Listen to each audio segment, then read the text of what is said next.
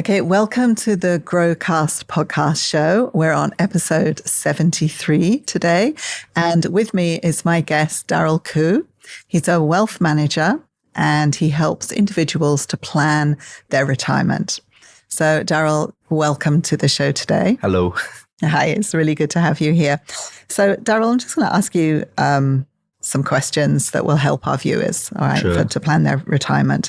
So, first of all, just a background about yourself. What made you interested in joining the financial services industry in the first place? Actually, I've been studying, in the background in finance for quite a while. So back then, maybe over 10 years ago, there's a module on insurances and financial services.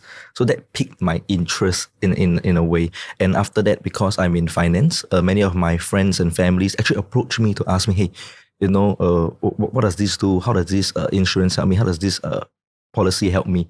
Then from then on, I decided to, further my knowledge into this field. So hence, I joined the financial services industry initially, but I was still studying for my university. Okay. Yeah, to actually, know more about this industry. And from there on, that's when this career started. Okay. So that's quite a while ago. Nice. Okay. So what are the advantages of being an independent FA as opposed to being tied to an agency? Okay. So the major differences is really in the number of providers we actually offer, right? That we represent actually. So this just means to say that we can bring out more solutions for our clients, right? So let's say if I were representing, let's say one company A, right? What I can only help you to do is maybe I can offer you what I have, and then you can see if it fits into your financial portfolio. But over here, we do things in reverse, which I feel it's a more effective way, right? Whereby you let me know, what are your retirement plans, what are your retirement goals, and actually how is your financial standing like currently, and from there, I can find a solution for you that is more tailored to you. Okay. Yeah. So instead of product to you, you let me know what are your requirements, and I will offer you the solution. Yeah, that best suits your needs. Okay. So there's a wider choice for them. Okay. And why is retirement planning important for Singaporeans? Okay. So good question. Everybody asks that question, right? Okay. So I think we all know many family members and friends, even myself, I have some relatives who are working late into their 60s and their 70s. And unfortunately, it's not by choice. So why is that? It's because Singapore is very expensive to live in, right? So then that's where the importance of retirement planning comes in, right? If today, do you want to work into your 60s and 70s? Yeah, maybe, right? But it has to be by choice. If today you are unable to work or due to any reason, maybe you could not work, right? And then what is here? What is in place to supplement your income during your retirement? I think this is very important. Yeah. So hence, financial planning really is not only in Singapore. In fact, I think to everybody, it's very important. So how do we do proper retirement planning in Singapore?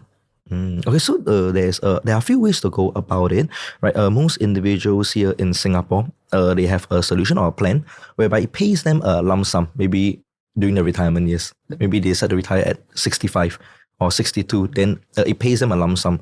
So that is one way to do it, but it is not the optimal way, right? Because most of the time, when individuals, when they receive that amount of money, what they'll do is they will spend it away, right? So over here, what we do, or what I do, in fact, right, for my clients, is to create a stream of passive income for them, starting from their retirement years, right, to where it will give them a stream of income every single year until for the rest of their life. In fact, yeah, and at the same time, remain keeping their capital intact. So what they're actually receiving is dividends, right, with their capital still intact. And from there, they're able to, they can withdraw the capital for their own use, or they can just sit there and leave it for next generation. So it's a bit flexible in a sense. But most importantly is that we want to bring out this stream of passive income for them so that they will receive it as though they were working normally. Okay. All right. And what would you say are the top 3 factors that we need to consider when talking about retirement planning? I think the number one is inflation. Right. Right. Because inflation levels are getting high. And one thing to actually remember is that, let's say today we are in sort of a middle to a high level of inflation range, right? However, if let's say next year inflation drops, that does not mean that goods have become cheaper. So inflation just means that every year, right, goods and services become more expensive. The higher the number, it just means how fast the goods and services are becoming more expensive. It doesn't mean that they're becoming cheaper if it drops. So if inflation is 2%, it just means that goods and services are increasing, are getting more expensive at a rate of 2% per year. But if it's 6%, right, it just means that it's getting more expensive by 6%. So that everything gets more and more expensive, just how fast. Yeah, so that's why inflation is something that we have to definitely take note of and be aware, because if we do not do something with our money now, it will only be eroded by inflation. Okay. Yeah, so that's one key factor. Secondly, we're talking about healthcare costs. In Singapore, healthcare costs is very high, right? And I think many of us have our hospital plans in place. Now, hospital policies, if you were to take a look, maybe currently you're paying maybe around a few hundred for it. But as you age into your 60s, into your 70s and 80s, what will happen is that the healthcare costs will start ballooning for insurances. It will reach around $8,000 to $6,000 a year. Okay. Yep. And individuals actually prepared, or have they even considered that there's this cost? And many of us, we do not. And what will happen is that you will eat into our retirement portfolio. Yeah, and it is also not wise of us to drop off our hospital plan when we are getting older. Right. So that's one more thing. And the last thing is, of course, your retirement lifestyle. If today you think that you can survive with $2,000 a month, that's good. But however, right, $2,000 accounted for inflation, you'll become $1,000 plus. So we have to make sure that everything must be accounted for inflation. So that's where we start our retirement planning. Okay. And these are the factors that we have to consider heavily when we're talking about retirement. Okay, I see.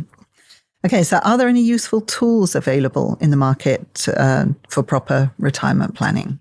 Yes, there are. But there are some websites that do provide you with a calculation of your retirement needs, how much you need during retirement. But honestly, I feel that the best way is to just sit down with a financial advisor, a wealth advisor to actually go through with you your retirement goals and lifestyle, and then have us come up with a plan, a solution for you, right? Because I think it's we do have the solutions in hand, just that it has to make sure that it fits into your structure, your retirement structure. If today if it's not suitable for you, it doesn't make sense for you to get it. Yeah, so I think that's the best way, is really to sit down with a financial advisor to actually have a talk and see how we can value add to you in terms of your retirement. Okay. Yeah. Nice. Okay, I have CPF LIFE, right? Do I still need to plan for my retirement? Okay, there's also a very hot topic currently. Yes, actually you do. So number one, the first reason I think I touched on previously is the hospital plan. Now, actually your CPF LIFE at this, let's say if you are 45, right? So when you reach 55, you will take some money for your CPF, then put into your retirement account, and then at 65, they'll pay you a stream of income. Now that stream of income will be roughly around $20,000 to $27,000 per year, or maybe even 30 or 40, right? But the problem is that it doesn't take into account inflation. And secondly, this amount would ultimately, a huge chunk of it will be used up for your hospital plan. Okay. To pay for hospital plan not later in your years. So of course you need a plan for retirement. CPF LIFE is not enough. Yeah, so especially, and if you take into account inflation, it's even worse. Yeah, so that's why there needs to be planning above CPF LIFE. Okay. Yeah. Okay. All right. So if I were below 40, which I'm not, but this is something that would have been considered in the past. If I'm below 40 or I'm someone below 40, do I really need to start planning for my retirement now? Okay, so that's a controversial topic, right? But I think yes. Right? So many individuals, they feel that they may be too young to start planning for their retirement, which I think is understandable, right? Why would you think of planning for retirement in your 30s? So it doesn't make sense, right? So I always tell them, even a small amount helps, right? Because if today you will need, let's say, 500,000 for a retirement, right? How much do you need to save today? It's more than 500,000 taking into account inflation, right? Right. So the act of ballooning your money in a way of compounding interest, in a way of, and because we have the time span. Right? So it's very important to start saving, even though if it's a little bit of money, even if it's like 200 a month, 300 a month, over the years it will add up, and it will be a sizable amount. so that in your 50s you don't have to scramble and actually come up with a large sum of money, so that in order to meet your retirement goals in your 60s. So start planning early is always the better option. So welcome to part 2 of episode 73, and I'm with Daryl Khoo here again. So let's get straight back into the interview here. So Daryl, how much money should I set aside for my retirement? Okay, that's a good question, and actually that fully depends on you, right? There may be some people who claim that you will need $1 million or $2 million, right, to retire. But I believe that retirement goals have to be customized to every individual's needs and wants, right? So what I will do for my clients is to actually plan your expenses and lifestyle, right? And then how much you will need every single month. So from that on, we can work towards meeting this figure when we're doing our financial planning, our retirement planning, whereby we will actually look to build, your income to build your income to meet these goals in the future during your retirement years. Okay, all right. So it depends on each individual situation. Right. You'd have to sit down with them, right? Why don't I just put my money into real estate for my retirement? Okay, so that's a good thought. Many Singaporeans actually have that thought, which is actually not a bad thought, right? Of course, if you have a lot of policies, a lot of solutions that are helping you get this stream of passive income, then of course you can look away into renting a home or getting an investment property in that sense. So, but however, right? Let's say if you put your money into real estate, there are a few factors that come into consideration. So number one, if you're looking at it from a lump sum investment perspective, whereby during your retirement years, you plan to sell your property and take it a lump sum and then use it for retirement. So the same thing as before with the lump sum, what are you gonna do? Right? It's not optimizing your money. Secondly, it may not be so easy to sell your property. And what if, I know currently that the real estate market is doing very well in Singapore. Now, what if in the future, in 30 years' time, the real estate market is not doing so well? So then will your investments all go to waste, or you still have to wait for a few more years before you want to sell? Mm-hmm. So that is one thing in consideration. Another point of consideration is if you're looking to rent your unit for a stream of income, you will then have to keep finding somebody who wants to rent your place, and the maintenance also has a cost.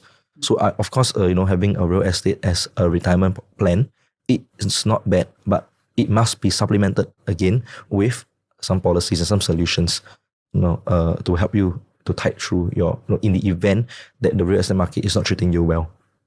Yeah, because cash is always better than asset, an illiquid asset like real estate. Okay. Yeah. Okay. So how do you provide your clients with a holistic view of their financial portfolio? Okay. So two main things. Right? Firstly is a portfolio summary, and secondly is a cash flow chart. So over here, because we represent many different financial institutes in Singapore, what I can share with you is that I would do our portfolio summary for you. I would say I would know many different policies and what they're actually used for. So then I'll list them all down and to check with you to see if it's correct and also if it actually meets your insurance protection needs. So that's first of all. And after that, we'll do up a cash flow chart, which is a table it is actually just a table, right, that shows today based on what you are, all your policies that you're paying for and what you actually have bought and what you're currently holding now, right, how much income would this provide you during your retirement years. So let's say if you want to retire at 50, we'll take a look at your income at 50 all the way to maybe 85, 90 and see whether you have that stream of income or is it in the negative range. Then we have to work on it if it's negative. Oh, okay. Yeah. All right. So but what happens if I'm unable to commit to my retirement plan once it's been set? Okay, so that is a main concern with many of my clients. So there are two ways to look at it, right? So number one is that because over here there are some companies that provide solutions whereby there is flexibility in terms of investment period, in terms of saving period. So that is one thing we look at, whereby we can provide you a more flexible arrangement. Some of my clients, they will say, "Oh, I'm having a kid 5 years down the road. What if I can't pay from the 5th year to the 7th year? Is that possible?" Yes, it is. So that's why then again, being in the FA is useful because I'm able to provide you with many different solutions. And some companies do, not all, but some companies do have this option of flexibility in a sense that you can stop, your investment for a while and then continue it Okay. in the future. So, and another point to take note is to just not overspend. I think that's very important. If today you're unable to commit maybe 500 a month, then commit 250 a month. Right. Because if you overspend, the only one that is going to suffer will be you, because then you will have to cut down on expenses, you have to cut down on everything else. So we have to set aside a logical amount for you. So that's very important. Okay. Yeah. So realistic and manageable. Correct. Right. Okay. So how will we ensure that my retirement plan is not compromised?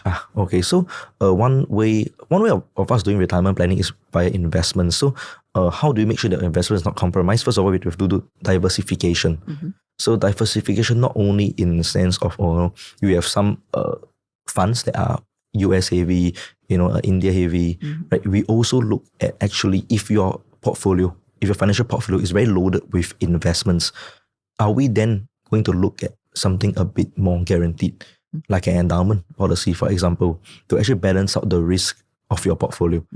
So in the event you retire, if your investments are not doing well for maybe the 2-3 years, you are still able to tap on your endowments for some income before the investments grow. Right? And then one other thing is to regularly just do reviews with your financial advisor, right, and see whether there are any shortfalls or are there any new needs or wants that you may have. Then we can work towards that. Okay. So my existing investments are doing well. Should I do a top-up? So this is something that I've seen for many of my clients. In fact, some of my family members, they also ask me that question, should I do a top-up? But in actuality, what a top-up only serves is to make your portfolio look good. So if today you have an investment and it's growing well, no matter, even if you top up now, what it does is to make the amount look good. So what I always recommend is take a look at your time horizon to your retirement years. And then from there, look for a solution that can best fit into that time horizon. Why? Because there are bonuses. Right? There may be new solutions that in the market which are very good. There may be very good promotions currently. So always be on the lookout for new solutions instead of just topping up, because it serves no purpose in topping up to an existing portfolio. Okay. Yep. All right. So what other benefits do you bring to your clients besides making sure that they have a proper retirement plan? Okay, so over here, I can advise on wills and estate planning matters, right? I can also help. What I would do for many of my clients is to help them take a look at their current financial portfolio and their insurances, right, and see whether they are actually paying or more for their current insurances, and how can we sort of reduce that if we are able to do a portfolio restructuring for them, reduce their current expenses yearly, and see if we can give them the same coverage while dropping the premiums. So I think that is something very helpful for many individuals. Okay, sounds good. Daryl, can you just share about your 6-step retire framework that you created? Okay, so just to briefly run it through. So number one, in the retire framework, we have to recognize your retirement goals. So as I shared also, understanding your lifestyle, understanding your financial needs and your expenses, right, is very important. So that's R. This R. Yeah. Right. Now for E is to evaluate your current financial situation. How much are you spending currently? And importantly, how much will you spend in the future? So a lot of time for younger individuals, right, they do not take into account that in the future they may have to provide for their elderly parents. So would that be also a form of financial burden? Yes, it would be, right? And then we have to take that into account as well. And also your desired lifestyle. So do you wish to travel often? And if you were to travel often, will we then have to take into account how much would the plane tickets cost? How much would the holidays cost? What is the T in retire? Yeah, so the T is to take action. So first of all, when I mean taking action, first of all, we're looking at portfolio diversification strategies, right, whereby we have to make sure that similarly doing reviews every quarter or every half a year, right, to make sure that your portfolio is still healthy and looking at the right direction, being in trend with the market, it is doing well. So that is something that is very important, right? And of course, the most importantly is to watch your CPF portfolio, right? Many individuals in Singapore, they do not invest with their CPF ordinary account. So then if you do not do that, your CPF is only paying you 2.5%, which in some years, or in many years, in fact, it does not even beat the inflation rate, right? So importantly, when we talk about CPF ordinary account, because it is still your money, like at 55, the leftover will be, you're able to withdraw it. So is anybody looking, are there individuals who are focusing on CPF ordinary account investments? Yes, they are. And actually they're doing very well. So even if today, if you're able to get back 5%, that's already double of the returns you're getting from leaving your money inside CPF ordinary account. So it's important to actually start investing or start looking at ways to grow your CPF OA instead of just leaving it in your account. And then the I? Yep. So for the I, we're looking actually to implement a comprehensive retirement plan. So that's where we have the budget creation and management, whereby we have to manage and create a budget for yourself, right? So that you are able to, we will set aside a budget first, primarily, right? Before we start to talk about your retirement. So after we have this budget, then we will come up with a comprehensive plan. And then from there, we have to review the plan every year. Because every year something changes. Right? In fact, maybe every 6 months something changes. And then we have to come back and to start reviewing on it. So to make sure that it is still like this, something that we set up for you, the solution that we set up for you would still be, will still be sound, right, in the following years. Or will still be on track to meet your retirement goals in the coming years. And of course, for us to reduce your net expenses. Right? I mean, it's easier said than done. Yeah. I mean, everybody wants to spend more. But one thing that we want to bring into light here is that about SRS contributions. So SRS is a supplementary retirement scheme whereby you are able to put in an amount and it can be tax deductible. So it will waive off your tax for that year. So for individuals earning maybe around 80,000 a year, 100,000 a year, when their tax gets a bit too expensive or gets a bit too pricey, they may look into putting some of their monies into an SRS account, right, to lower their tax bracket. And one other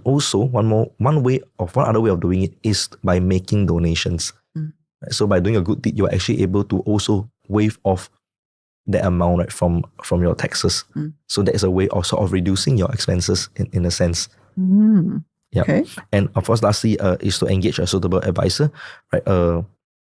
And the advisor has to always be reviewing with you on your retirement goals.